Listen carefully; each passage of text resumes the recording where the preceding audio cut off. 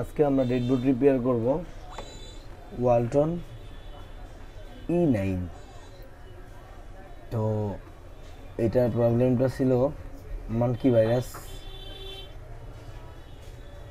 তো monkey virus কোনোভাবেই remove হইতেছিল না। কোনো অপশনে যাইতে গেলেই সেটিং স্টপ, তারপর প্লে স্টোরে ঢুকতে গেলে প্লে স্টোর স্টপ, এই ধরনের মেসেজ আসতো। মোবাইল কাস্টমার ঠিকভাবে চালাইতে পারতেছিল না। তো আমার কাছে নিয়ে আসে, আমি ফ্লাশ করি। ফ্লাশ করার পর মোবাইলটা ফ্লাশ কমপ্লিটলি নেয় না। তো কমপ্লিটলি না নেওয়ার কারণে মোবাইলটা এখন ডেড মোডে আছে, অফ হয়ে গেছে। তো এটা আমরা eMMC খুলে চেষ্টা করব রিপেয়ার করার জন্য। রিপেয়ার না হলে চেঞ্জ করব ইনশাল্লাহ। তো এখন আমি প্রোগ্রামিং আইসিটা খুলব।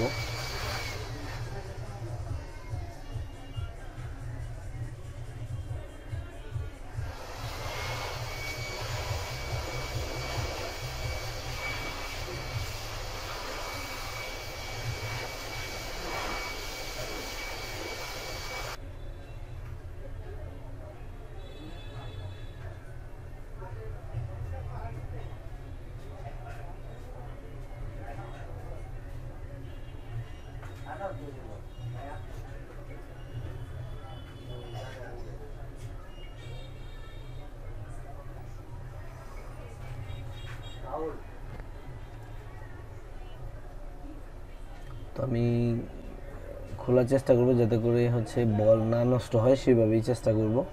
প্রথমে হালকা টোকা দিব, যখন দেখব যে না বলগুলো গলে গেছে নিচে, তখন এক চান্সে খুলে নিব। বল নষ্ট হয়নি, এইভাবেই আবার রিপেয়ার করে কানেক্ট করা যাবে। রিবল করার কোনো প্রয়োজন হবে না। আমি আপনাদেরকে দেখাইতেছি।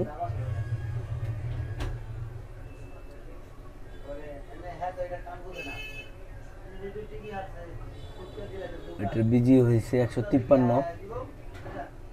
তো আমি ইউ5 বক্সের মাধ্যমে এটাকে রিপেয়ার করব।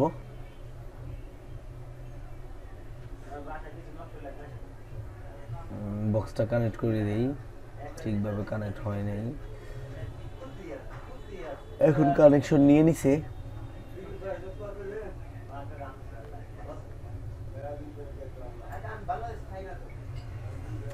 তো প্রথমে আমরা আইডেন্টিফাই করব যে কোনো সমস্যা আছে কিনা।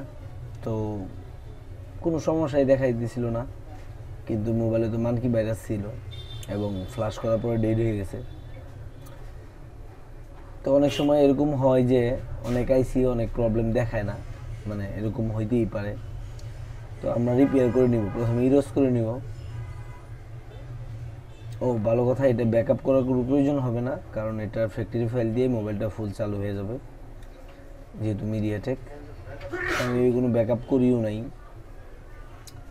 তো এখন আমি ইরোজ করার পরে এই জায়গা থেকে জিপি পার্টিশন করে নিব। এই পার্টিশনটা করার মাধ্যমে ইএমএমসি কোনো প্রবলেম থাকলে সেটা রিপেয়ার হয়ে যাবে, যদি এই পার্টিশনটা সাকসেসফুলি নেয়। তো এই জায়গায় 3টা পার্টিশন, তার ভিতরে ওটিপিটা মেন। এই জায়গায় ওটিপি সেটিংটা কমপ্লিটলি ডান আসছে, তার মানে আমার জিবি পার্টিশন একদম সুন্দরভাবে হয়ে গেছে।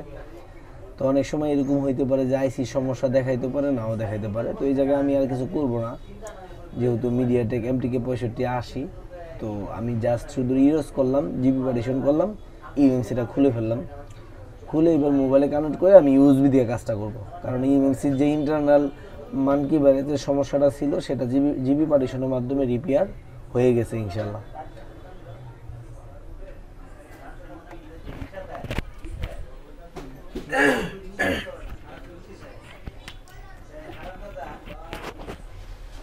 তো এখন আইসিটা আমি আবার মাদারবোর্ডে কানেক্ট করে দিব।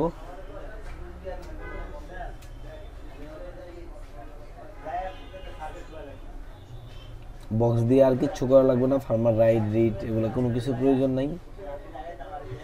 ইএমএমসি রিপেয়ার কিংবা পার্টিশন এটা করার অনেকগুলা মেথড আছে, অনেকগুলো সিস্টেম আছে, অনেকগুলো কৌশল আছে, একজন একক কৌশলে কাজ করে। তো এইটা এইভাবে করলেই হয়ে যাবে, আমি জানি, কারণ আমি এইভাবেই করি। সব সেটি না, এটা হয়ে যাবে ইনশাল্লাহ, আপনারা দেখতে পারবেন।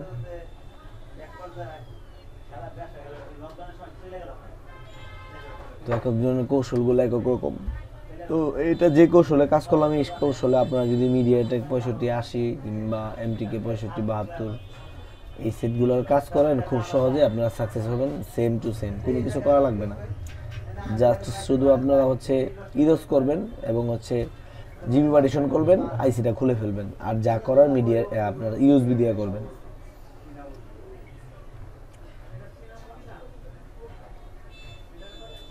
একশো কাজ হবে আপনাদের, যদি আদার্স কোনো সমস্যা না থাকে।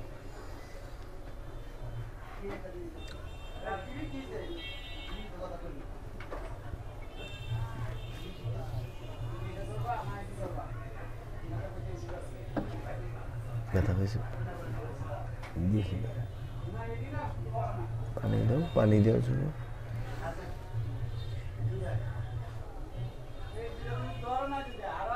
তো আমি আইসিটা খুললাম এবং পার্টিশন করলাম, রিপেয়ার করলাম এবং মোবাইলে কানেক্ট, মাদারবোর্ডে কানেক্ট করে দিলাম। কোনো বল করার প্রয়োজন হয় নাই, কারণ খোলার সময় সুন্দরভাবে খুলতে পারলে আপনি বক্সেও কানেক্ট নেবে এবং আপনি ওই অবস্থায় মোবাইলে আবার কানেক্ট করতে পারবেন, যেহেতু বল নষ্ট হয় নাই।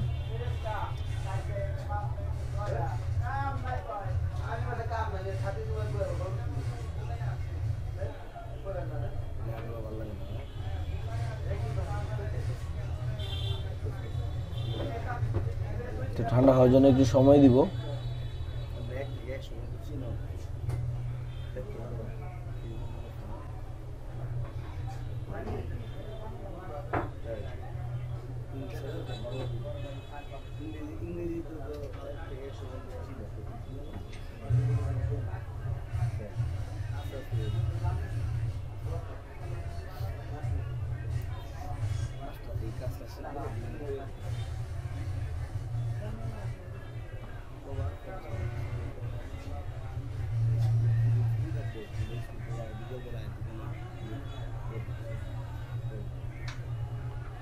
এখন যা করার, ওয়াশ করে মোবাইলে কানেক্ট করে ইউএসবি দিয়ে করব।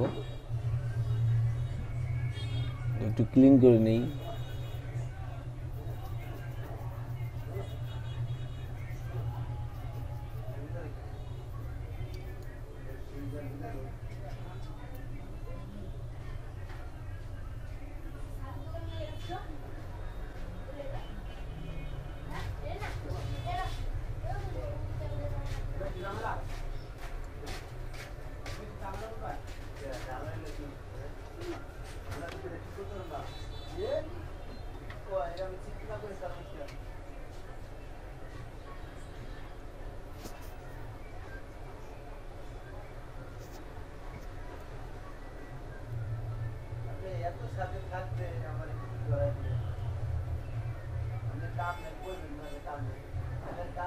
তো এখন আমি CM2 দিয়ে ফ্লাশ করে দিতেছি।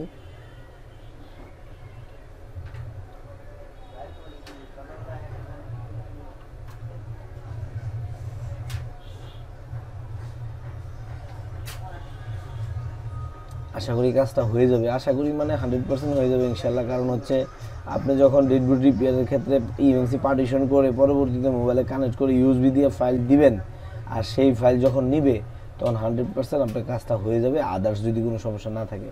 তো এই জায়গায় দেখেন আমি ইউজার ডাটা ফাইলটা আনক্লিক করে দিছি, কারণ ইউজার ডাটা অবস্থায় ফাইলটা নিতেছিল না। তো ইউজার ডাটা ছাড়াই মোবাইল ফুল চালু হবে। চালু হওয়ার পরে যদি বেসব্যান্ড আইএমইতে প্রবলেম থাকে, যেহেতু মিডিয়াটেক আর 6580, তাহলে আমি হচ্ছে CM2 দিয়ে এই বেসব্যান্ড আইএমই রিপেয়ার করতে পারবো, কোনো সমস্যা হবে না। সেই জন্য আমি এই জায়গায় কোনো ডাম ফাইল কিংবা হচ্ছে আমি বক্সের মাধ্যমে, ইউএফআই বক্সের মাধ্যমে কোনো ফার্মার রাইট রিড করি নাই।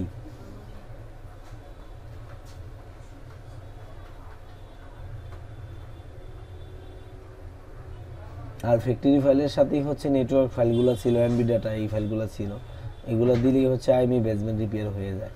তো দেখেন আমাদের ফোনটা চালু হয়ে গেছে। এখন চালু হওয়ার পর আমরা চেক দিব।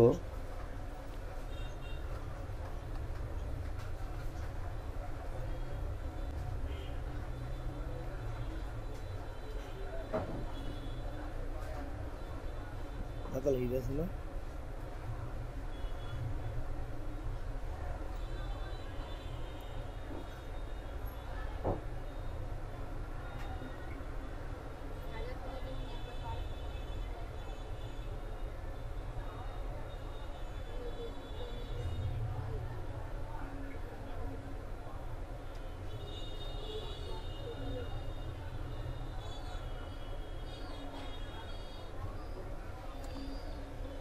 তো আমরা এখন ইউআই সেটিংটা করে নিব।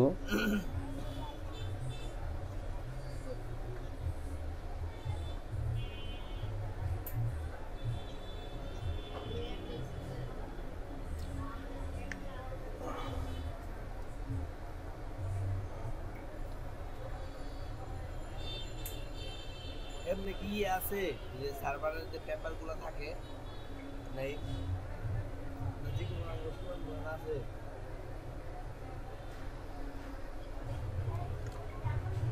এটাতে তুলে লাগাবো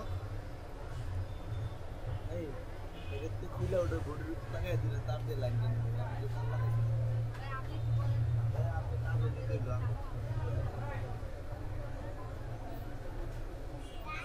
আপনি চিনি দিতে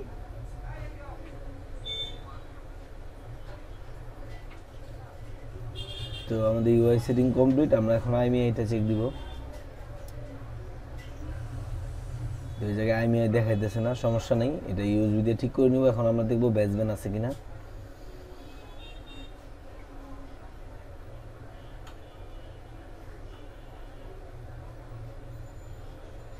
তো এই জায়গায় দেখেন আমাদের বেসব্যান্ড ভার্সন ঠিক আছে, কোনো সমস্যা নেই।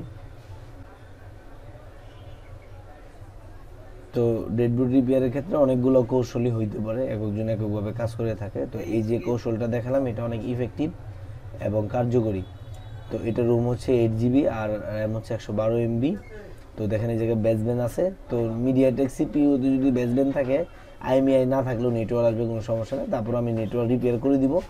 মোবাইলের যে অরিজিনাল নেট আইএমইআই আছে সেটা আমি রাইট করে দিব সিএম2 এর মাধ্যমে। সবাই ভালো থাকবেন, সুস্থ থাকবেন, আল্লাহ হাফেজ।